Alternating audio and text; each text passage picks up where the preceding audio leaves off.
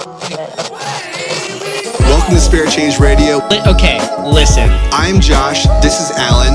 That's Pete and Sarah. You keep seeing this button around town or around the country or around the world. $1 with a cent sign. That's it for spare change. Yeah. All right. My phone's always on silent. That's a lie. But most of the time it is. Okay. When I was at dinner and you guys tried to call me, my phone was on silent. We did try to call you. I'm real good with the English. Welcome to Spare Change Radio. Episode number 6? 5? This is 5? I think this is 5. Man. I've already lost count. We are releasing How about we episodes that quickly. 5. Not 1. Not 5. Say 6 just in case. 6. I'm pretty sure it's 5, right? Let's go back through it. We had the original one. Mm-hmm. We didn't release. No, okay. That doesn't count in the count. Don't throw us off like that. All right, everyone else that's watching doesn't know what we're talking about. We did one practice episode to feel it out, to see if we had the makings of a show or not. Also to see if we could trust Alan on the mic. We did use it for the intro, though. Yeah, I mean, that's true. There were a lot of good takes from that episode, but overall it went so, and it's funny for us because I spent about 10 minutes talking about but you guys don't know that. And you will never know because we're going to bleep both of that out. You guys have to stop doing that. This is gold. Listen, if you ever, those watching or listening, if you are ever listening and you hear a beep sound, most likely Alan was saying something inappropriate and we're just trying to look out for him. You know, there's things that we think you as the audience will eventually be able to hear Alan say, and we're just working up to it. We're going to slowly censor less and less and less until they get the full Alan. You know what? Josh wants stuff on our Patreon for people who are going to donate in the future. If you donate to our Patreon, we will give you the uncensored Alan comments in one dub. That's it. Pete, start cutting them out. Oh, I'm going to have to re-record for you guys. Oh, yeah. But from now on, just start cutting them out. And uncensored, we'll have uncensored dubs of Alan. Ugh. How about this? If you want the uncensored version of this podcast, Spare Change Radio, let us know. Comment on the YouTube video. Tell us you want it. And if no one comments, well then... Just be like, it can't be that bad, but it could be that bad. So yes, we've had the practice episode. We had episode 1. Episode 2 was Brett. Episode 3 was Bryce. Episode 4 was Clinton. I thought, I've been calling him Clint this whole time. I know. I'm sorry. It's cool. Maybe that's the new version of him. Clint, nice to meet you. I thought he said Clint too. Whatever. I have 3 different names, so names are very unimportant. So this is episode 5 with today's special guest, Adam Fitz, who will be on here to talk about his efforts fundraising for the Westmoreland Cultural Trust. But as we always start our episodes out, we're going to catch up and see what's been going on.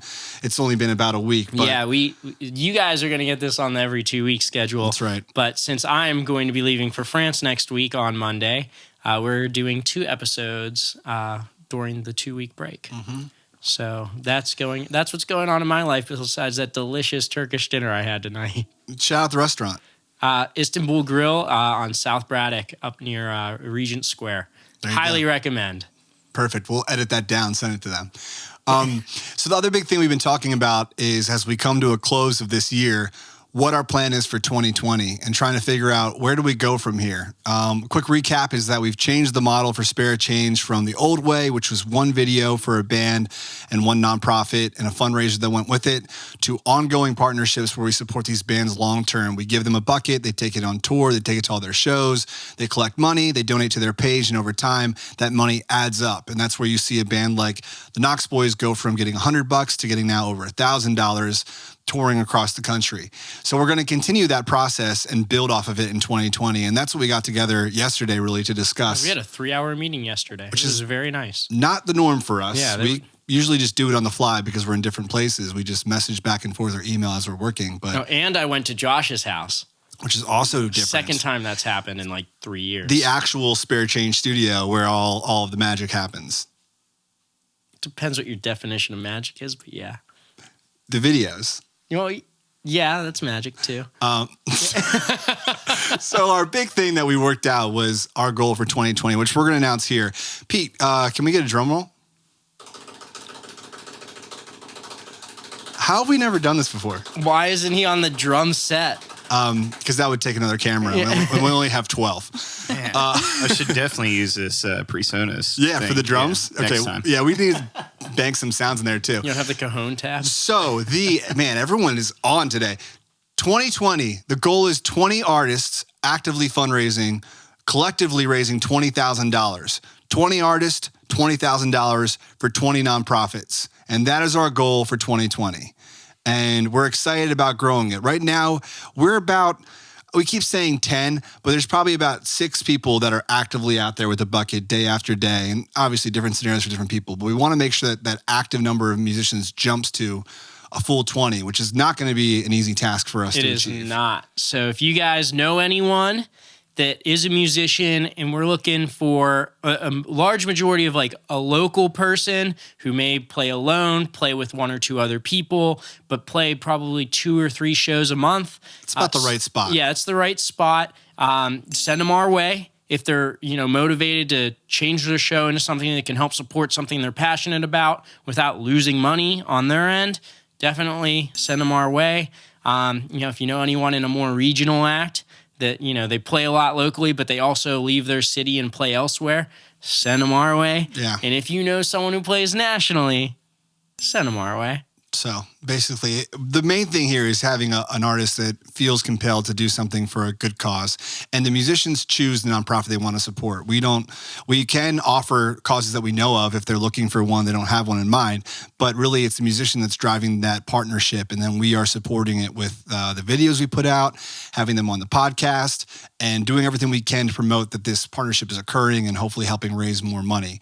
So our big thing right now is we have a wide range of these artists are in Pittsburgh. Obviously, it's our hometown. There's a couple in different areas. Angela Autumn's down in Nashville right now. Zach Kine from the Knox Boys also is in Washington, D.C. Giant Panda Gorilla Dub Squad is in Rochester. So we are starting to branch out a bit more, and we're going to start looking at other markets too. So some that we named yesterday were like New York City, Philadelphia, Boston, Atlanta, probably staying East Coast-ish right now as we build up to 20 artists. And still, we're going to welcome a couple more artists from Pittsburgh too. So the main thing is finding these people that are motivated to help a cause in this way, because that's the number one thing. We can make videos for you, we can promote this thing, but it's going to be the artist at the end of the day with a bucket passing it to their fans, and really the one that's going to be speaking from their heart about what the cause is and why they want to support it. So this is our big goal. We just hit $12,500 raised to date since we started tracking on Spot Fund. And I would say at least half is from this year alone. There are some campaigns we did last year, but really it's been these artists picking up the charge of the bucket over multiple shows that's gotten us to this point of past $10,000. So it's not just one-to-one. It's not like, okay, let's double it next year. There's a lot that still has to be done to get to that $20,000 mark, but we think we have what it takes to get these artists there, and we're really excited about hitting that new goal. And to have 20 artists around the country and around our area fundraising at shows would be a really big push in the direction we want to go with Spirit Change further down the road. You said it very well. Okay, great. Yeah. Awesome. So Spirit Change 2020, look out for more of that to come. Our website will be updated soon too. Sparechange.tv. We're going to finally have some merch that you can buy. We're looking at hoodies, sweatshirts, t-shirts, and let's not get too crazy. Not much else yet. But if there's something you'd like to see, let us know. We're in this planning phase. We're trying to find ways to sustain this thing. Buckets aren't cheap. I've got a lot of them in my basement right now. We have to send them out in some cases too. So thank you to those who have reached out asking how they can support us. Hopefully we have more options for you coming soon. In the meantime, donate to your favorite artist's fundraiser on Spot Fund. It's a good way to start. And then other things that have been going on in the last 2 weeks, not Spirit Change related, but in our atmosphere. Sarah, you told us this story after we recorded with Clinton that I'd love for the audience to know about Meat Broads and the origin story of Meat Broads.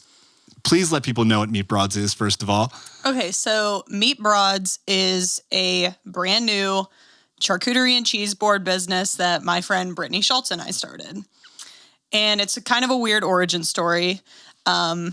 For every month, my girlfriends and I get together and we have card club. So we'll play cards, play dice, have some drinks, eat a lot of food, and every month I'm always required to bring a charcuterie board because I brought one once. Amazing at it. And then it was like, all right, you have to do this every time. Yeah. So I did. Then for my friend Brittany's birthday party a couple months ago, I made some pretty elaborate ones. She had about 30, 40 guests there, and everyone was like, wow, these are amazing. You know, would you charge for these? I'd like to get one for a party. I'm like, oh no, I'm not going into business doing this. It was like, I was like, no way. Like, add one more thing to the plate, please. Right. And I was like, yeah, I just do this for fun. Well, then from then on, Brittany and I kind of joked about it and came up with this. We were like, oh yeah, we could be the meat broads if we actually decide to do that. And still, I was like, no, we're not doing this. But then... So when did it change from joking thing to... Yeah. So a couple weeks ago, a comedian that Brittany and I really like, Heather McMahon, came to the Roxy-Inn. And we were, over a couple of drinks, kicking this idea together about making a board for her and, you know, delivering to the Roxy-Inn. We're like, how could we even do this? So Brittany emailed her assistant. Wow. And we thought that he would never respond. We thought, you know, this was just going to be a funny story to tell, that we tried to do this. And he responded within 2 minutes. And then we were panicking. We're like, oh my gosh, we actually have to do this. So then we're like, all right, we're gonna make an Instagram. We're gonna like look legit. We had like 4 followers, just our friends. Yeah. Well, she shared the board that we made for her. She did a video on Instagram story and was like, follow the meat broads. They're awesome. So good. We got like 800 followers overnight. 800. Yeah. In one night. And all like local Pittsburgh people. Yeah. People were inquiring about pricing. Of course. Wanted to have some holiday trays. So we're like, Are you okay. doing it? So we're doing it now. We're doing it. Meat broads. Let's go. So now we're doing it. Follow the meat broads right now. Now we're doing it. So yeah, we got a website and got pricing together, did the whole thing. And yeah, we're legit now. Meat broads with a Z. Meat broads with a Z. Meat broads with a Z. Broads We'll with a put Z. up the Instagram here. Go follow Meat Broads right now. Get your charcuterie on. Do your thing. And furthermore, we've had a number of these meat trays here and filming and recording this podcast, and they are amazing. They're orgasmic. Why can't you just say good? That would be doing it a disservice. Oh, okay, fair enough. Yes, I often do. I also try to fast on Mondays, and I've had my plans tampered by a meat tray here. I'm like, I can't not eat this. This is amazing. A big meaty broad just shows up. Gotta eat it. Oh man, that's all getting cut. Oh, come on. That was gold. We're gonna save that for your Meat Broads first commercial. That is up to me. Yeah. It's like every time something good happens on this podcast, it's getting cut. Oh, so we have the official launch of Meat Broads, which we'll track your progress too. We should keep doing this and checking in on how the Meat Broads are doing as you surpass us in followers on Instagram every tray at a time. But that's awesome. I love when things happen like that, where it's just like you put yourself out there and the universe is like, no, this is what you do now. And you can either listen in those moments or you can try to fight it. But you guys listen to it and here you are. Yep. And it's like a full company, LLC and everything. Yeah, we just got all that paperwork awesome. done. Yeah. Damn. So if we do nothing Legit. else, someone out there, get yourself a meat tray for Meat Broads. And that takes us to... Wait. Before we move on to the guest in our Battle of the Band segment, I just want to let everyone know that Josh never covers the last 2 weeks in his personal life because his whole personal life is spare change. So Do you want to know what's going on in my personal life right now? well, we always cover it, and you always move right into spare change. And Well, I talked about with spare change. I mean, that was... I guess that's how I looked at it. It was like, this is what's happening in spare Guilty. change. I mean, it's Christmas time, holiday season. There's a lot going on, a lot of parties to go to. Got the tree with my daughter, who's 2. And she's having a good time. She's really aware right now of all Christmas things going on. So that's been good. We've got the Elf on the Shelf, which is a new thing, not when we were little, but we're doing that, which is cool. Hopefully she doesn't launch this podcast because we're moving it every night. But it's funny because we were like, what do we name this elf? And my wife and I are like trying to think of like a name, a thing that she could say, but no one's name. So we chose Bingo. And she wakes up every morning. She's like, Bingo, where's Bingo? And it's fun. So that's my home life stuff. That's great. That's actually really cute. Hey. I'm pretty sure my daughter's elf on the shelf is named like Rainbow Sparkle Pants or something like that. Maybe Did she choose the name? Yeah, No, like, Pete You did. can always tell when a kid chooses a name. It's like Spanish, like she's about 15 to- different names. She's about to turn 8 in like a couple of days, and they've been doing it for quite a few years, and she was able to name it when they first started doing it, and that is what happens when you let like a 5-year-old name itself. anything. There you go. You remember your first email address? Oh, yeah. What was yours?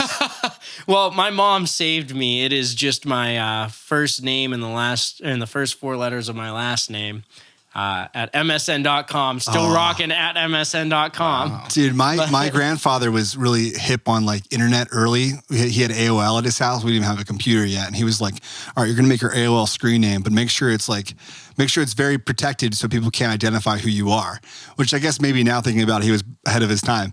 But I was worried back then. I don't know how old I was, maybe like 12 or 13. I don't know. I was like, what am I going to make my name? So I made it Joe Schmo 84. At AOL.com. Nice. I was like, nobody will know who I am. I'm just a Joe Schmo. And that's what my first one was. I thought you were going to say you got on the ground with Twitter and stole the Donald Trump handle. Yeah. Early. Yeah. No. Mine was Jinko Man 003. What's Jinko? Jinko jeans? Jinko jeans You were Jinko man? 003. I don't care about the number. Dude, do you know what Jinko jeans are? Oh, boy. Man. Jinko jeans. See, here's my age showing again. Pete, you tell him. You're the expert. Jinko jeans were like those like 36-inch like round pant bottoms, like the skate rat kid. Like, Oh my God. I think I'm. yes. What was the name again? Jinko man? Jinko Man. Oh, my God. How Wasn't am a I just unique learning name if about he had this? numbers in it, though. Numbers don't matter when you're Jinko man. Yeah. Well, I graduated in 2003, so I love the fact that it you cut were out the 2. There was already another Jinko Man. That's why I had to do the Yeah, 003. that's why I said it wasn't a unique name. more. I'm just so happy right now that I found out about Jinko man. I'm picturing the podcast and the video. I'm putting up all these images of Jinko jeans. Yes. Maybe I can find an old picture to send you. Please, could you? Like 115-pound Pete with a lip ring, With a lip ring. And the biggest gel in my pants. hair. Hey, that's not Pete. That's Jinko man. It's different. Sarah, do you remember yours? Oh, yeah. Lil Busy 099. Lil Busy. Lil Busy. Lil? Lil Lil Busy. Bizzy. Kind of like rapper name now. It's Lil Busy. Yeah, what's up? It's Lil Busy. Like it's to work. It's a lightish red. Yeah, I was still on AIM. It's a lightish red. Yep, instead of pink. Which was that like a thing about? What? No, I was like 12, dude. I don't Not know. even. What does that mean? That It's sounds like- deep. Yeah. No, just it's a light because like my favorite color is pink, and I'd be like, no, it's a lightish red, which was also a popular joke from Red versus Blue. If anyone listening knows of that, but yeah, so that was my AOL screen name. It's a lightish red. You know how you're thinking about putting crickets in? You can. I'm sorry, I was on the tail end. The lightish red. Wait, didn't you already go? What do you mean? Didn't you start this conversation about your screen No, you're name? talking about email addresses, and then we all went into AOL screen. Oh, names. you're separating the two. Yeah. Oh. Are they not different? No, they could be. One sec. Next time I apply to a job, just respond at my handle on AIM. It's a lightish red. I don't. Okay. And now our guest. I'm sorry. I'm a little distracted. I'm staring at Jinko Man, and it's hard for me to concentrate when I think about the prestigious person in front of me and the just absurd width of the pant holes in your pants. Our guest for today, welcome him on, everybody. It's Adam Fitz.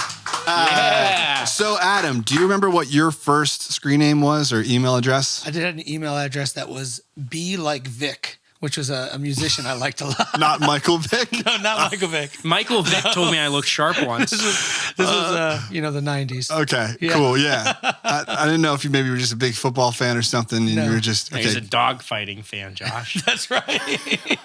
Always got take it there. Why else does anyone care when someone mentions Michael Vick? I mean, football. Yeah, that's it. All right, so No K, VIC. welcome to the show. Happy to have you here. The cool thing about having you is it's a way to officially announce that you are part of our Musician Impact Network. So thank you for being a part of it. Thank you for having me. Good choice. Well done. And you are fundraising for? The Westmoreland Cultural Trust. Right. And for all of our Pittsburgh friends that don't venture east of here ever, Westmoreland is a county east of Allegheny County. And there's actually some great things to be had in Westmoreland County. Greensburg comes to mind right out of the gate. And there are a lot of great venues there too. So to give people who don't know a lay of the land of Westmoreland County and the place that you and I are from right now. For sure. So I'm originally from Chicago, and I moved to Greensburg in 2016. And Greensburg is the county seat. So when you think about Washington County, Washington, Butler County, Butler, right? Westmoreland County, Greensburg. And so there's a courthouse. And then there's one of the few other things that people from outside of there know about is the Palace Theater. Right. Which is coming up on its 100th anniversary. Wow. It's an old theater. Right across from the courthouse, and it's owned and managed by a trust, the Westmoreland Cultural Trust, which is a nonprofit, and they also own and manage the Greensburg Garden Civic Center and a couple other properties around the area, and they host events, and they make an impact on the area that's felt because Definitely. Being outside of Pittsburgh, being in Greensburg, which is about 13,000 people. If someone stops doing something, you feel it. Right. You know what I mean? Big time. And so when people are doing stuff, it's felt. And they're a big presence in that event space. Yeah, and we actually got to film in Greensburg for our 10th episode of Spare Change back in the old days where we were out running around filming ourselves. And we supported JDRF of Westmoreland County, but part of that was we kind of went out and about all over Greensburg, playing some shows and raising some money, and got to really explore the town. And there's so much that the Westmoreland Cultural Trust does that sort of, like you said, sort of ripples out through the whole community. And you'll have an event that takes place that, a different cause will get into, or different companies will come out and support it. And there's a big sense of community there, I'd say, of Greensburg and the Westmoreland area. So when you mentioned that you'd want to fundraise for them, I thought it was such a great idea. First and foremost, because now you're based in Greensburg. So it's like your ability to help your hometown through your shows can kind of circle back and help them out. But also, I think it's going to help a lot of people be aware of some of the good things happening in Westmoreland. That's my hope now that you're playing out more and more in Pittsburgh as well. But let's take it back. You said about your origins in Chicago. So help us understand who Adam Fitz was before this big move to Greensburg. What was Chicago like? What was the scene there? And who were you as a musician back then? So I was born and raised in Chicago on the south side, and eventually ventured up north. Music was important in my house from the get-go. Like, my parents raised me on songwriters like John Prine, Tom Waits, Randy Newman, people like this, Joni Mitchell, and then also like Motown and other sorts of R&B and soul music, oldies. And so in high school, I met some other people who were interested in music, and we started a band. At the time, I wasn't ready. I mean, I was like, I think I can sing. And then eventually, like, they were like, well, we can't find a guitar. So now could you learn that? Oh, wow. And so I took lessons here and there, but for the most part, I'm kind of self-taught on the residue of those things. I was lucky in the 90s, the mid-late 90s, there was like a huge like punk and ska scene in Chicago. And like still like Alkaline Trio kind of rippled out of that. And against, there's just like some great bands that kind of came out of that scene. And so we started like a third wave ska band in high school. And at the time it was cool because you say it was a ska show and like 20, 30 kids would show up, Yeah. So it was cool. And that's where I kind of like got the bug to play and made some awesome friends in my band, my high school band, which is called Situation Normal. I like it. Good name. Yeah. Crispy. Not the right use of the term crispy, but It's crispy. still a good name. After a couple of years, took to like, all right, I think I should write songs for me. That's why I branded myself Adam Fitz. Fitzgerald's my middle name. So I was like, all right. It's not your real name? A lot of that going around here. All right. Keep going. I just need a second. So that's when I started kind of like, that having like gone through the struggle of like band names and things in the past, Right. like what can be evergreen. So I was like, all right, let's just be as close to my name as I could be. And so Adam Fitz started like 1999, somewhere in there, started writing songs, playing some solo shows. Eventually by like 2003, a friend from my high school band started playing in this ska reggae band called Deals Gone Bad. And they've been around for 20 years now. Yeah. And I would just hang out with him. I was in a band. I would just like follow him around, carry his bass gear, drink beers, and get to go to these shows. And eventually I like had made some demos and I handed them off to the drummer, who's also an engineer. He was like, hey, I love these songs. I hate these recordings. Like, let's get together and make. That's great. He's like, I want to hear these songs produced. Yeah. He's like, I want to keep listening to these songs, but they can't sound like this for me to enjoy them. And so we went up to his attic, and over 2 years, we cut the first record. Wow. Which is awesome because the first floor of this building was a music store. And then he lived on the second floor. And then the peak of it was his studio. So he'd get his buddies that teach lessons. Yeah. And he'd be like, Mike, after work, Go meet lay me upstairs, 8 o'clock. And then we'd come upstairs, I'd teach him a song, and we'd go cut it. Wow. But that was like over 20 musicians over 2 years of time. It's amazing, though, that in that just handing your demo off to that drummer, your musical life changed. Without a doubt. Yeah. Without a doubt. That moment must have felt incredible to have someone just believe in you to be like, no, we got to do this the right way because it's worth it. It was magic, Yeah. for sure, without a doubt. So what I left out of there was in 2002, my mom had passed away. And so there was some tumult, Yeah. and a lot of the songs that I had written and put on the demo kind of came out of the wake of that. Right. And so that record came out in 2005. And then I had a band together around then, and we played out 2005 to maybe 2009 pretty regularly. Yeah. Doing my original music and covers, but like obscure covers. We're doing Tom Waits covers and Leonard Cohen covers, things I loved, indie rock things that they weren't for the people. They were for me. How were they received when you play that way? It's a tough decision for a band to make. Is like, how much am I going to give to the crowd, and how much am I going to do for my own enjoyment? Well, they didn't know my songs either. A lot of the people, so it was almost like playing that. The funny story that like we used to play at a club called Shuba's occasionally, and we played this whole set, all originals except for one cover. And at the end, like 3 people came up and like, man, that one song. So, yeah, that's the cover. That's the one I didn't write. Thanks. Yeah, that is a great song. It was written by Akaville River. So in this time frame when you're playing a lot, and you're like really cutting your teeth into being in a scene for the first time, you've gotten from wanting to be in it, carrying the equipment around, to like now out playing. What was that transition like? And what was, when you started playing regularly in Chicago, or more regularly than you were before, what was the crowd there like? What was the vibe of your shows, and what was the trajectory that you felt you were on in that time?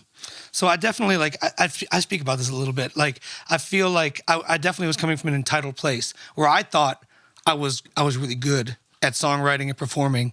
And I still think that now today, but now looking back at it, I think, oh no, I wasn't now that good before, So one of the things that actually now I think of as I've had more experience is that like I should have been working harder and playing shittier shows, but I wanted the status. I wanted, like, there's certain clubs where I was like, no, I want to play there. Yeah. And so I would not pursue things that would be lower hanging fruit that would have actually gotten me the real experience. Needed to get there. Yeah, to get the right way, to provide the real value. Like, I think that one of like the tragedies in independent music is like a lot of people want to extract the value. They're like, hey, can I open for you? Right? Yeah. It's like, well, are you going to bring people? Maybe. Like, like what value do you bring? You're like, a lot of people are trying to extract value. Like, oh, I want to play in front of their fans. Like, of course you do. Yeah. I want to play in front of your fans too. Yeah. But I think that like, what I've learned now is like, I want to bring value and not to expect, to earn that.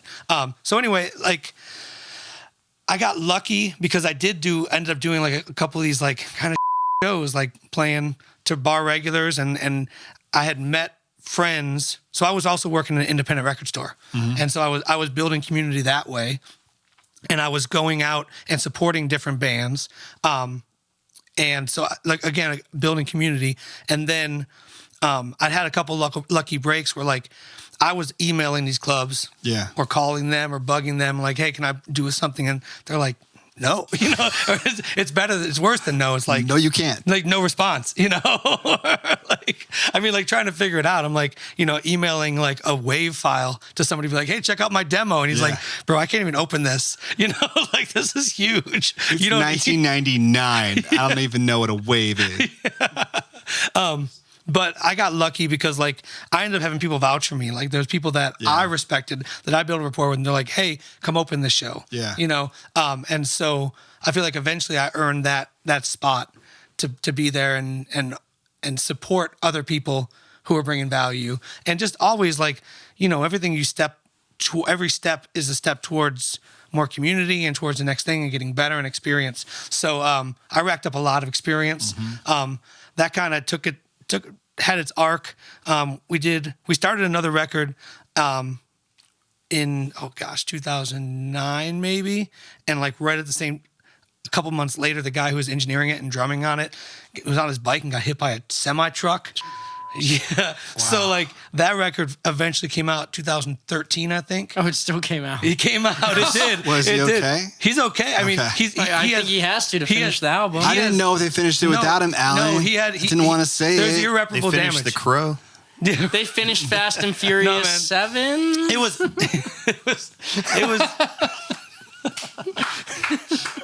Well done. That was good. We're gonna leave that one in for sure. Yeah, I guess that's the same thing. If Fast and Furious can find a way to, you know, CGI Paul Walker into the movie, your drummer can figure it out.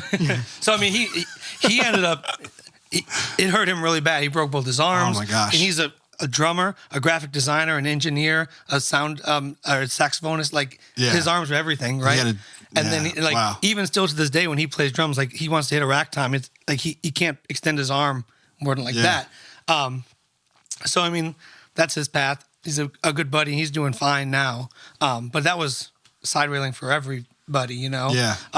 And we cut a live record in there. So some other things came out, and eventually, I was like, okay, so that the record in 2005 didn't catch fire. Yeah. Right. Like you wanted it to. Yeah. I was like, why am I not famous yet? Right. Yeah. I'm like, you know, people love that Neutral Milk Hotel record, you know, like where we at? Right. I've got 800 of these in my basement, you know, CDs. Like, why doesn't he want them? So, you know, and like I said, we had some great opportunities. We did some really cool stuff.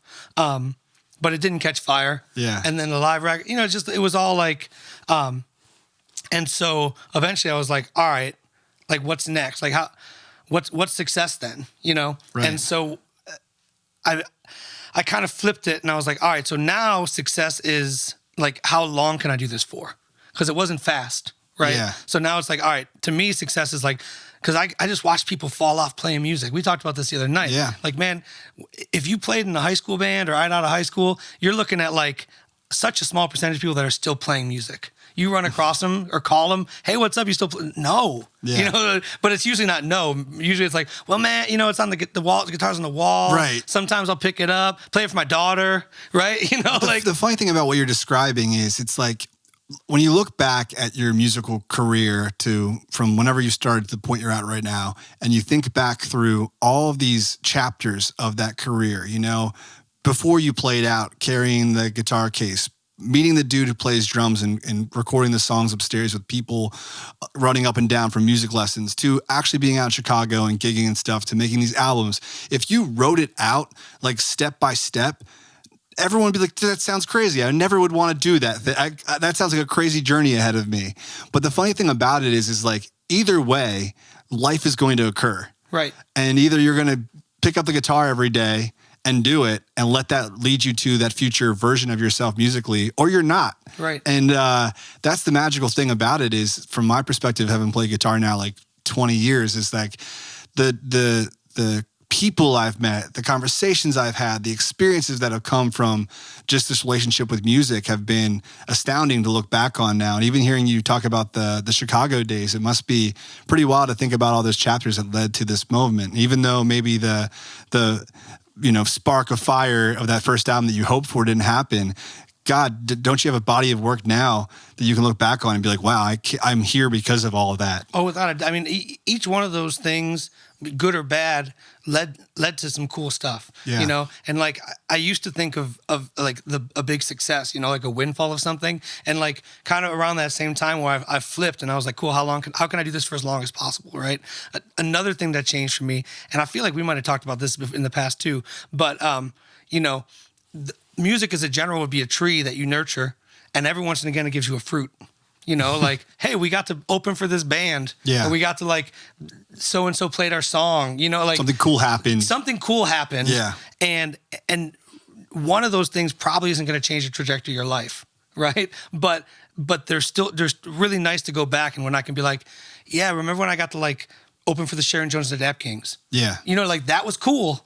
Like That's it doesn't very mean cool. anything to me today other than I can say it. You know what I mean? I can put it on my one sheet. Yeah, you're not buying groceries with it. No, it just happened. It was a cool thing, and I could list off a handful of things like that are like that's so cool that happened. Yeah. Well, it comes down then to the experience. You know, that I can build up that experience from there. Yeah. Yeah. I mean, you can pull from that is so valuable, and yeah, there's no monetary thing, or maybe like there's not people on the street there like, isn't that the guy opening up for the Dap Kings? Right.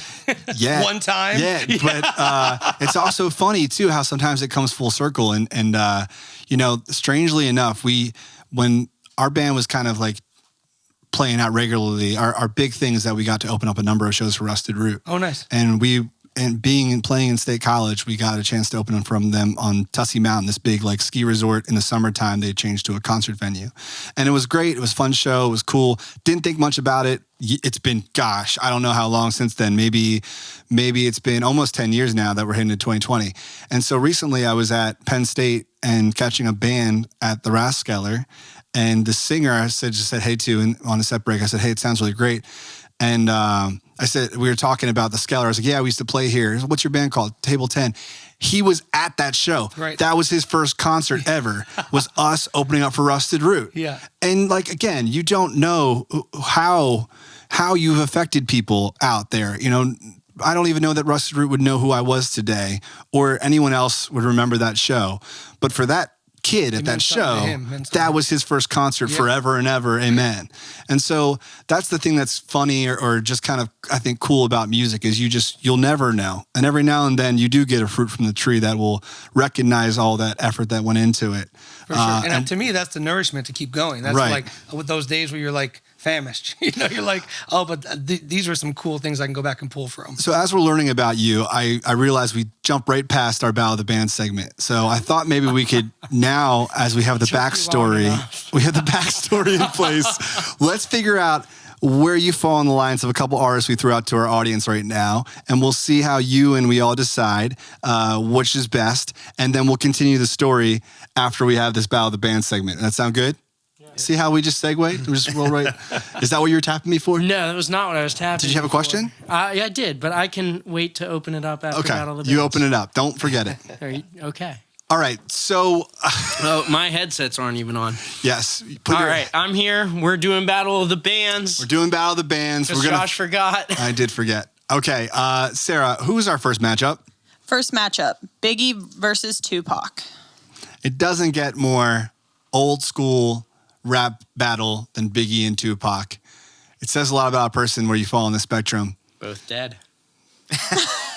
Yeah, they are. Good point. Take that into consideration, everyone. Adam. They're no longer here with us, if that sways you. Do you have a preference? I think I have to go Tupac. Whoa. That makes sense. You're a big songwriter guy. I like the West Coast. Yeah, West Coast hip-hop feel. I feel like he also had there was a couple of songs that had like a little bit more emotion in them. Yeah, I would say definitely I would say Tupac's probably more like narrative. And also seemed like he had this big groundswell about like he wanted to create positive change too, versus Biggie to me feels more like what you throw on when you're about that party or something like that. A businessman and or like party. Yeah, and I'm probably doing a terrible job of painting the picture of these two artists here. But I would paint you as a Tupac guy. I could see that. Anyone else want to weigh in? Yeah, I definitely like this one a lot.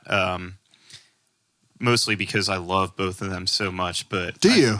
I just think Biggie grooves so much harder than Tupac does. You know, it's like as an artist, like growth while he was doing it. no, just the groove, like everything is just groove. like I thought you said he grew. No, just like the groove, like everything's like much more like groovier, like beats and stuff than like a lot of Tupac stuff. But I can definitely respect a lot of songs that Tupac had. So What about you? Do you I'm a Biggie guy. Are you? One second, let me get closer to the mic before Pete yells at me. I wasn't even sure if you knew who these artists were. I do know who both are. I knew they were both dead.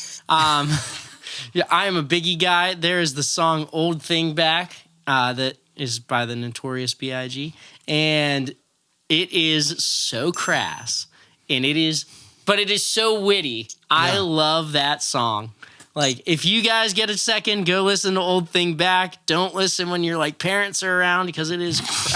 I'm not kidding when I say this song is like really crass, but it's like I like the I really appreciate the lyrics because it's like so crass in a witty way. So you, Like 15-year-olds are listening to this. So if you are playing Spare Change Radio Bingo and you've got crass on your bingo card, you're probably drunk by now if it's a drinking game. Drink every time Alan says crass now. I'm Team Biggie too. I like Tupac. There's definitely songs that I enjoy, but like I'm more like that East Coast rap is my favorite. Like the Biggie transition into like when Jay-Z kind of became the guy, that Brooklyn's Finest, that kind of stuff. Oh, so good. aren't those the Cops? Yes, or Jay-Z and Biggie and their duet Did track. not realize that was a thing. It's a pretty good song. It's a little crass, but I like it. Crass. Sarah, Don't have to drink if Josh says it. where are you on the Biggie Tupac? I was the same. It was because I did this through Instagram. I voted and I was torn, but I picked Biggie ultimately because I Biggie. feel like I listened to more Biggie. And this was submitted by Bryce, our good friend in the network. And where did the audience fall? The audience agreed with the majority of us. 64 for Biggie, 36 for Tupac. Should have been 69 for Biggie Why? because that would be crass. I just wanted to finish my beer. And the next matchup? The next matchup, Goo Goo Dolls versus Train. Wonder who submitted that one. Alan submitted this one. Adam. Goo Goo Dolls versus Train. Wow. We're going to be splitting hairs with this one. We departed from Biggie Tupac a Big lot time. there. Yeah. I think I'd have to go with the Goo Goo Dolls. Wow. For the growth, because they were like a punk band, weren't they? Were they? I feel like they were like like Punkier. like Minneapolis. I think weren't they from Minneapolis? I think. I don't know. Ask Jinko Man. Something tells me Jinko Man wasn't listening to a lot of Goo Goo Dolls. He was listening to Biggie. But and then the growth from that to like to the City of Angels song or whatever. I'll go with the Goo Goo Dolls. Iris. Yeah, it's a jam. Iris is good. And then Train talks about like Tybo and stuff. I don't know. The best soy latte you ever had or something. I don't know. Yeah. Like respect to writing hits, and like pop hits. This one's But, tough like- for me. I'm going to defer for now. What do you think? I definitely went with Train on this, and Really? the reason why is just the support that they got from like Howard Stern.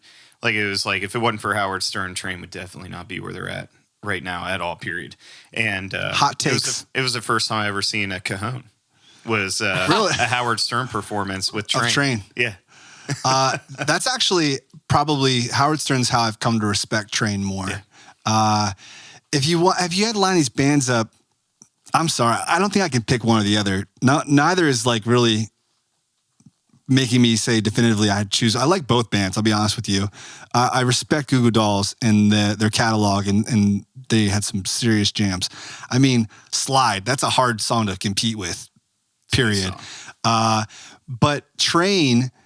It's pretty crazy how they have the like second wave of this band from like the Meet Virginia days to like the Hey Soul Sister. Most bands don't have that second act. And then second of all, after you finish listening to Alan's Crass song, there is a record of Train doing Zeppelin 2, I think. And it's Train just covering the album verbatim. And surprisingly, it is amazing. I don't think that's surprisingly. They are excellent musicians. That's a tough. Yeah, they play crappy pop songs. It'd be easy for anyone to cover Zeppelin and blow it. So I'm saying surprisingly they actually like you hear and you're like, okay, I'm not dying to listen to the OG version. Actually, it's kind of cool to hear like a album produced of Zeppelin songs now with all the studio tricks and gimmicks we have. But that gave me some more respect for the Train category, the Howard Stern performances too. Sarah? I picked Goo Goo Dolls, no hesitation, because I'll tell you why. That Marry Me song by Train.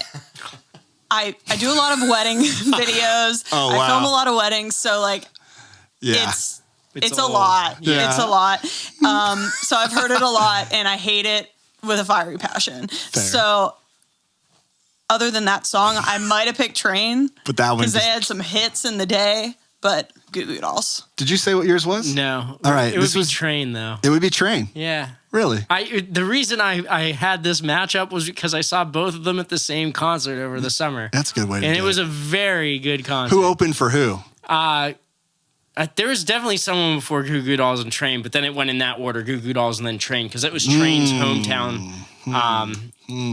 show, because it was like they were closest to their hometown in Ohio. Like co-headlining. I bet they. Yeah, I mean, throughout the tour they were switching up, but like that night headlining was Train. Interesting. And the audience said Train. So, whenever you're done with your chapstick, sure. Go ahead. Yeah, we can wait for that. The audience said 60-40 Train to Goo Goo Dolls. Wow. Hell yeah, brother.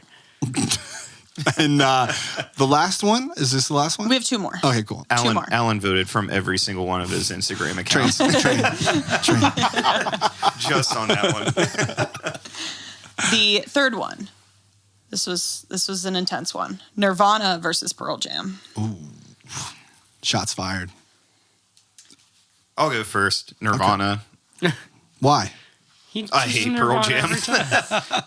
Next. I like how when we offer these challenges, most of us are like, well, it could go either way. And Pete's like, no, I hate Green Day. They offend me. All right, now that we know that Pete hates Pearl Jam, Adam? I'm torn. Yeah. Yeah. I think Nirvana's cultural impact is like, I have this joke where I like to tell, and it's not even a joke. It's just something that I think is hilarious. Every time I play a Beatles song, I'll be like, that song's by Nirvana.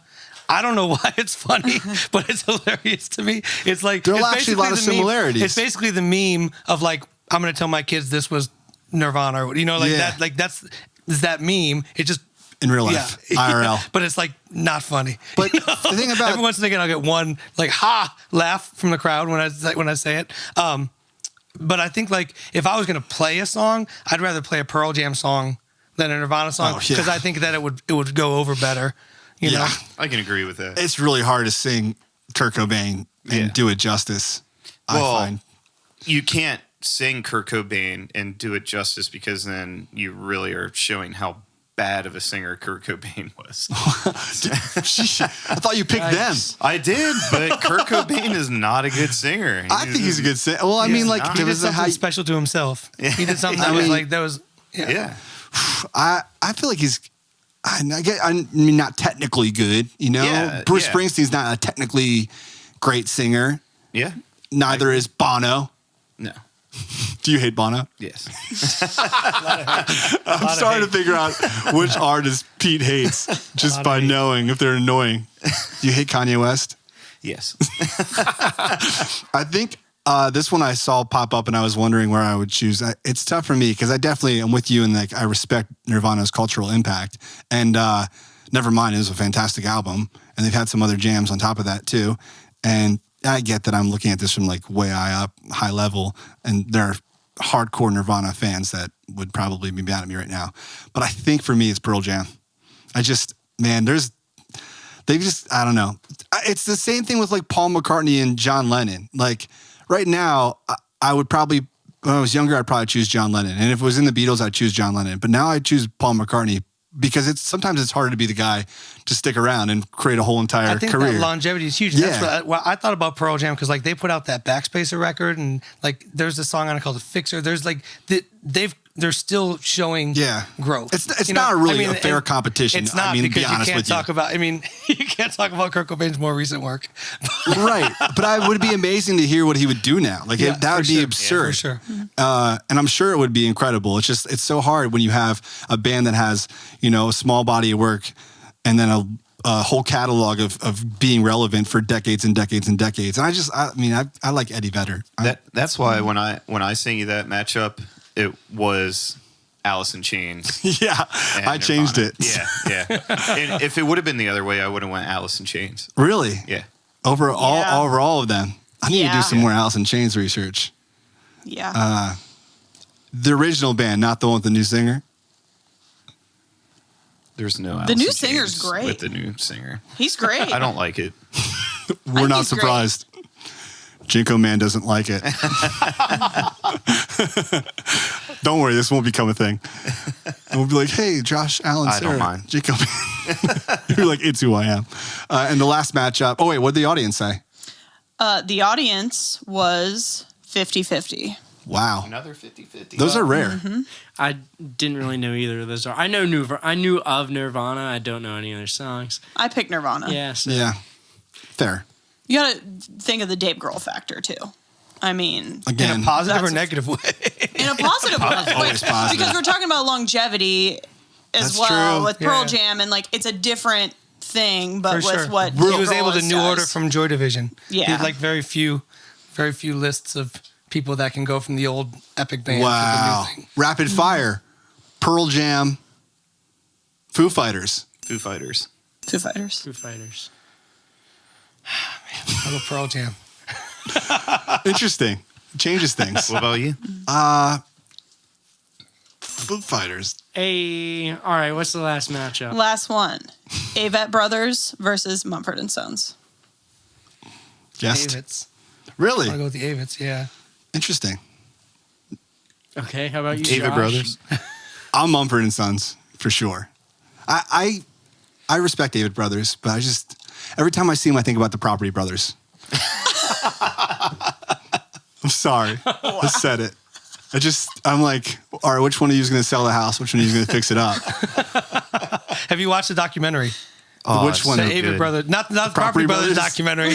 No, the Avett Brothers No, documentary. do I need to? You should watch All that. right, let me start You with should watch that. Maybe that will help me It's refresh. I might have said the opposite before the documentary. How many houses do they do? they're in a farmhouse, so it was probably Fixed up. Yeah, Probably, so it's yeah, they by probably the work on a Property couple. Brothers. Or Chip and Joanna. Maybe they fix it up. Maybe. Could be. See, for me, I feel like Mumford and Sons, before they, I don't know the timing, but I feel like Avett Brothers, to me, outsider, was part of that wave of Mumford and Sons becoming this massive band back in the day. Don't ever put your hand up like that. Sorry, we'll cut that out. That was not. I know what you're referencing. We know. Was not close enough. All right, You're good. good. I just noticed it was weird. So I feel like the Avett Brothers were part of that whole Mumford and Sons moment where I think they were doing stuff before. And I'm then, sure of and it. then, but I think the Mumford and Sons created more momentum that lifted bands like that for sure. Mm-hmm. And I think that first Mumford and Sons album was just so different from anything I'd heard popular music. But then the next two records were the same thing, right? Next two records, they kind of went for a Coldplay vibe. They kind of went they started playing stadiums. That's what and so happens, they filled up man. the Once these stadium, bands hit stadiums, they start going. They just once start going towards making U2. So much money. They're like, how do we sound good in a stadium? Which is a whole different argument to have. So Take it Mumford to and the Sons for edge. me. Did you choose? Avett Brothers. Oh wow. Yeah. Did you choose? Avett Brothers. I don't really know either of Yeah, them, we- but I'm going to say Mumford and Sons because one of my clients likes them. Okay. There's no rhyme or Your vote reason. doesn't count. But what did the audience say? The audience said 64 to Mumford and 36 to Avett Brothers. Closer than I would have thought, but okay, cool.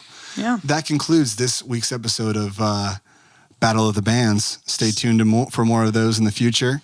And we're going to cut back to our good friend Adam. You had a question for Adam. Yes, I do. So after going through everything you went through in Chicago and learning your lessons and flipping over to longevity versus trying to make it big, what was it like to come all the way to Pittsburgh and have to restart? Man, I went back when I went back to school in 2010 to be a teacher, and then I had my daughter in 2013, and that was that was the shift. I was like, all right, I'm gonna go back to school to be a teacher. I'll have a month or two, maybe a year where I can do this for a long time, right? That was the plan. And then of course my wife got pregnant, and so my summers were booked up, being a dad and all. So change of plans. Exactly. It was like right at the cusp of it. So when I got here, so like through that time of school, man, I was playing maybe 2 or 3 shows, solo shows a year, and it was like music full on life support. Like it was just like, don't let this thing die, right? Like just a little bit happening. And then when we got here, I was like rabid about meeting people and figuring things out. And like, we're not in Pittsburgh, we're in Greensburg, which is close enough, but a world away culturally, you know? And what year was this? 2016, September 2016, we got here. And you know, I'm like, all right, well, how can I figure this stuff out? Luckily, like Facebook is in a huge swing, right? So, you know, I literally like, I knew about the Palace Theater, so I went to the Palace Theater and I volunteered to be an usher, right? Like just to get in it. Just to get in, just because I'm like, this is something cool culturally that's happening here. How do I get my foot in the door? Mm-hmm. You know, there's a record shop in downtown Greensburg called the White Rabbit Cafe. Yeah. Or White Rabbit Cafe with Rabbit Hole Records in the basement. And I went down there, talked to some people, learned about more kind of artists that were happening in Greensburg. Go home, Facebook friend, research. Yeah. You know, oh, this guy's posting about an open mic. Cool, who's hosting it? Right. All right, this guy's hosting it. Reach out to him. What else is happening here? Like, oh, here's like 5, 6 other open mics around. Like, yeah. Throw a dart at a board. Like, I'm free Wednesday. I'll go to that one. Who's hosting that? I reach out, and that's when I met my friend Derek Woods. Yep. I eventually went to a different one. I met my friend Josh, who's going to play with us later, Josh Earhart. And just like slowly but surely, like just kind of get going open mics, meeting people, doing like tons of internet research because it's all right there. Right? like no one's hiding their gigs. Everyone's trying to get you to come to them. So the crazy thing about when you first came here is that your good friend is John Reese, right? Who we met in episode 10 and supported JDRF partly because of his daughter. Mm-hmm. And I remember when you first came here, he told us this is before Spare Change was a thing yet, but we were playing out Jared, myself, and Pete at the Fire Pit, and he told me about his friend who's now in town from Chicago that plays keyboards. Is how he told me, and I was like, keyboard player, man, bands know. Hard to find keyboard players, man. Hard. Which I'm not. He totally oversold me. That's why I was like, keyboard player, say no more. But that's funny because that was 2016. Right. That was right when I got here. Before Spare Change happened and before you worked your way into the scene, not just Greensburg, but Pittsburgh as well. And just months before Spare Change started, actually. Yeah. So my wife Megan went to school with John. Okay. And so that was like, they were, you know, obviously they were happy that we were here. So we went out and saw Table 10 at the Fire Pit. So awesome. Well, you had mentioned you ushered at the Palace Theater. Now, that's how you got your foot in the door with the Westmoreland Cultural Trust, right? That was like an attempt to be like, hey, how can I get involved? Yeah. You know?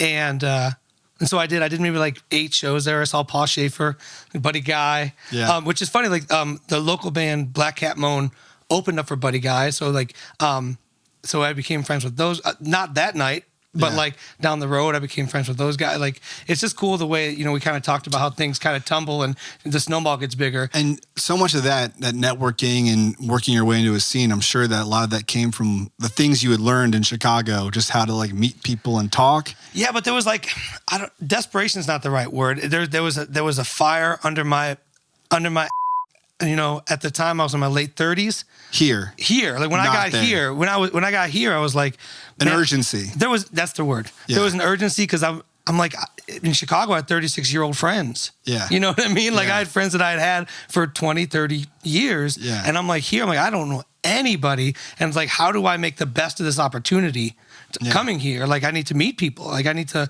build my community, right? And so, like, last year, how many shows did you play?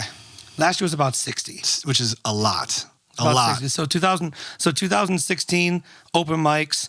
And then my friend Derek Woods, he would be like, hey, why don't you come and like play our set break? Yeah. Like we're going to play Mr. Toads in Greensburg. And you just do it. And it's like, all right, cool. I get 3 songs. Yep. Not getting paid anything, but I'm going to go and I'm going to make friends. I'm going to, you know, figure some shit out, you know? And it really pushed me because I it was a transitional period for me. You know, it really pushed me to try to figure out what floated here and what didn't, and like who I was in this light. So 2017, I basically was like, all right, figured out the scene. Like, all right, like out there, people are writing original music, but they're also playing 3-hour sets of covers in bars, getting paid, right, mixing their own stuff in. Got to get your own PA if you want to play that circuit. Yeah, you know. And so what I ended up doing was, I was like, all right, how can I play a lot of shows? Like I don't really have any clout. I don't have any value. I was bringing people, you know, and so like venues, like I'm not gonna show up with people when I don't know anybody, you know, like people aren't coming to see me yet. So I was like, all right, I'm gonna play farmers markets. So I booked like 13 farmers markets for the summer of 2017. Awesome. You should have done like a tour shirt. I made a little Fitz logo. Farmers Market I called Tour. it Market Tour 2017. Yeah, I like that. Yeah, market that for sure. I think it had like a picture of like an onion on it. Yeah, and it was like we gotta bring it back in 2020, maybe man. a strawberry or something. Yeah, I like it. So I did that. I played a couple like the Pittsburgh farmers markets. Went out to Canton twice. Canton once, Cleveland twice. Nice. You know, Somerset, just like Indiana County, just all around. Wherever they would have a Pennsylvania. show, you were if there. They had me, and like some of them I was playing for tips, some of them getting a bag of produce when I leave, you know. But you know, if you're not getting paid a lot, then it's like, you know, that song didn't go well. Dock me, you know what I mean? Like, you weren't worried. There was nothing to lose. There was nothing to lose. Just great. And so I like ended up putting together a book, like a 4-inch binder book of covers. Yeah. And that got me to a point where I was like, all right, now I can start like really trying to work the bars and that scene. So I was doing that. At the same time, started writing more, trying to get more involved in like the songwriter scene in Pittsburgh and try to grow these kind of two separate entities. And right now my goal is to kind of like find a way to merge that together. And there's a whole other entity which you started for a song, this video series. Tell people about what that is. So as I was driving around solo and meeting people, I was like, you know, I keep running into all these awesome songwriters and musicians, and my community was growing. You know, it was awesome, and I was like, I'd love to collaborate with some of these people, and there just wasn't a platform to do it. You know, like because I'm playing solo. My friend Josh played with me at some shows, but for the most part, I was out doing solo stuff and meeting people, and like, you know, at 40, you can't be like, let's just jam. You know, like that doesn't exist. Not like, you know, logistics are right. And so I was like, all right, I got my iPhone. I was like, what if I like just launch a series where I just like get together with people and we play a song together and I just talk to them about it. You know, I like talking about songs almost more than I like playing them. Yeah. You know, so like let's do that. And I reached out to a couple people and they were super into it. And so that started around like the end of 2018. Yeah. And now it's been pretty much weekly. It's just me. Yeah. And I'm doing it all on my iPhone. And so, you know, every once and again we miss a week here and there.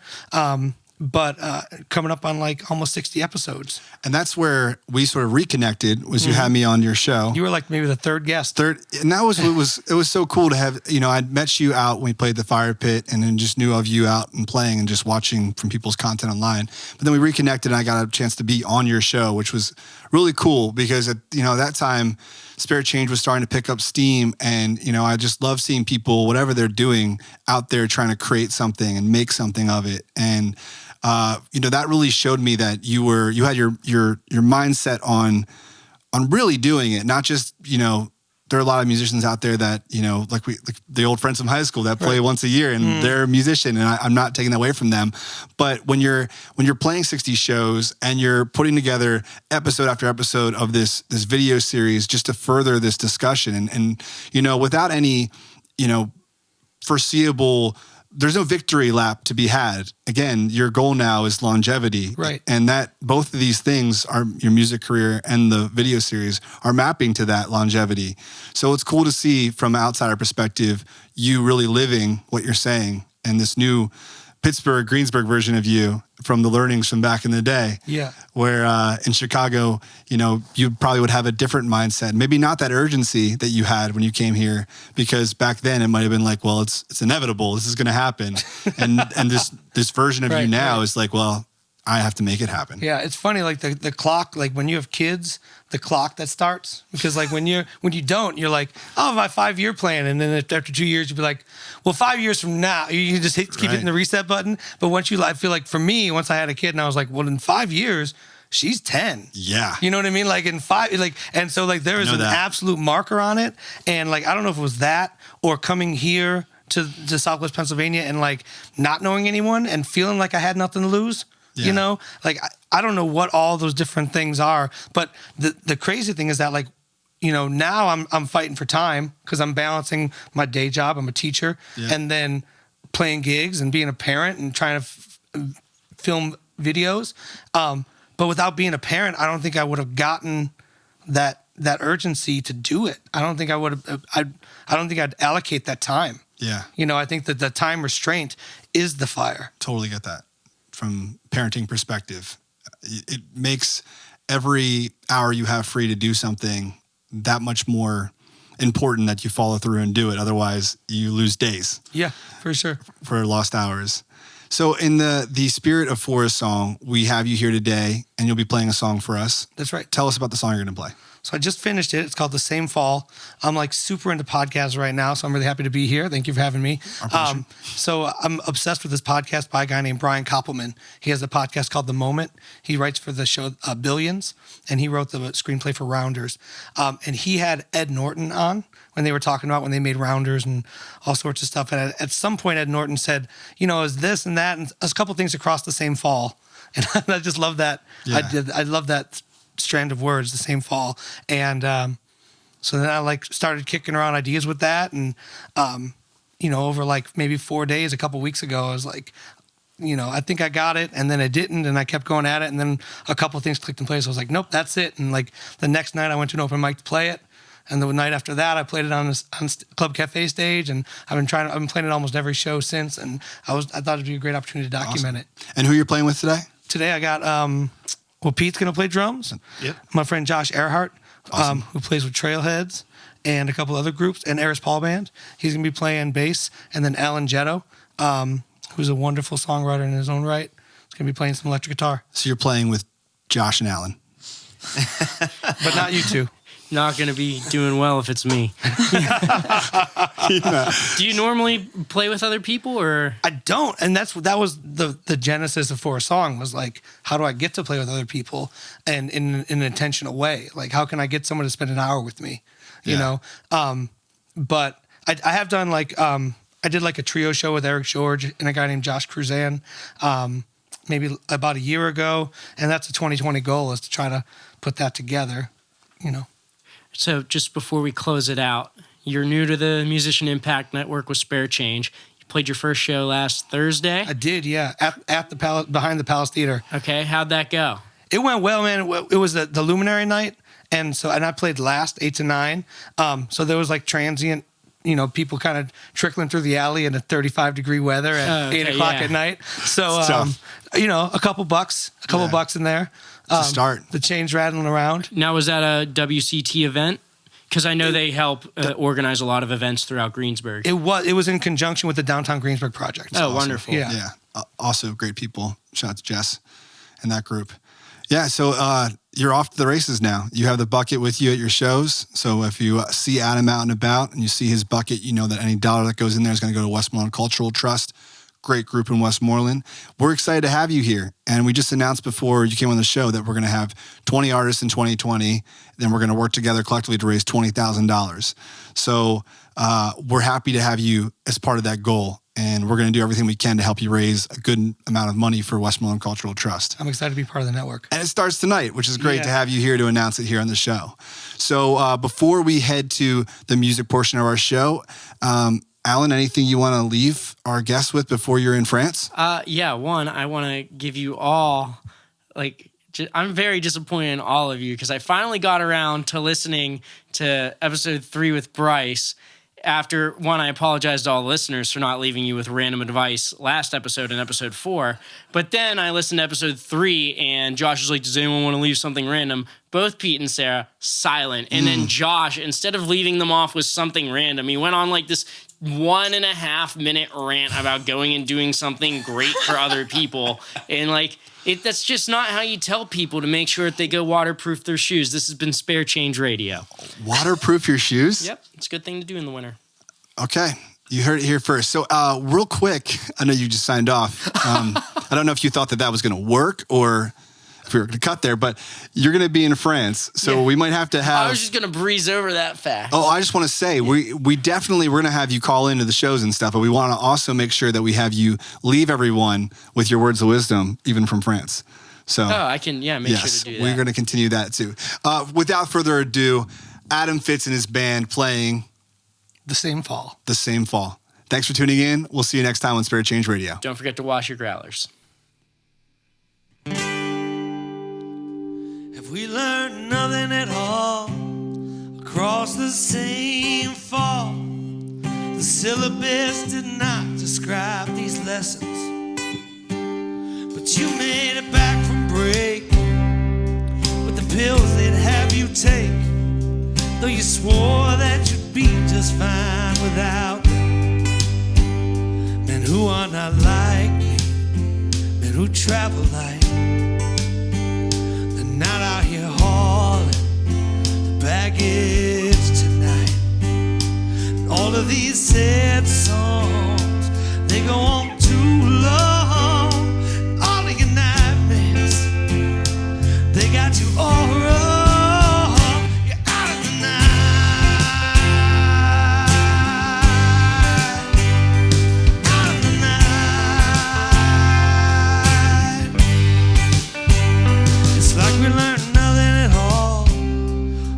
The same fall, with every day some other boss demanding. No, I would say forget this place just to see the looks on all their faces. Hell man, I never liked them anyway, but it was cool meeting you here. And all the kids on the block, they're laughing and teasing, but you don't have to hear them or give them any reason. All of your sad songs, they go on for too long. And all of your nightmares have come true, 'cause they got you all wrong. You're out of the night. You're out of the night.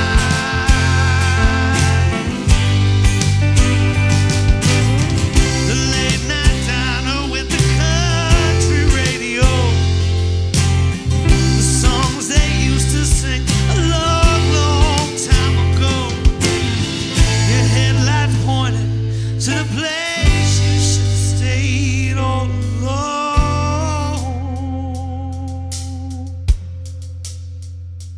Out of the night.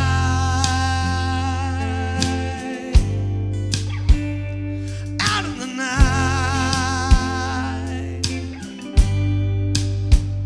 Have we learned nothing at all across the same fall? A trap is just a trap unless it's forgotten. You know I'm still paying for it, all the years that came before this. There's a painful sense of knowing we've been taken. Men who are not like me, men who travel like, they're not out here hauling baggage tonight.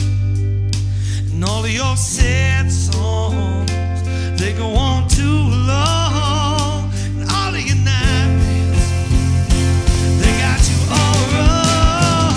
You're out of the night. Out of the night.